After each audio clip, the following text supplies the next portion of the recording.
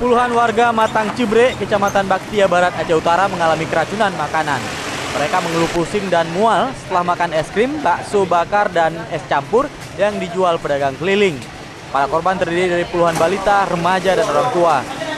Para korban dilarikan ke Rumah Sakit Cud Mutia, Aceh Utara untuk mendapatkan perawatan. Korban mengeluh pusing sekitar 1 jam setelah memakan makanan dari pedagang keliling itu. Padahal sebelumnya, warga mengaku tidak pernah mengalami masalah memakan makanan dari pedagang keliling yang telah menjadi langganan warga. Ya, lemas, muntah, ada keluar keringat. Hingga kini para korban masih dirawat di Rumah Sakit Cud Mutia, Loksmawe. Polisi juga belum menyelidiki kasus keracunan ini.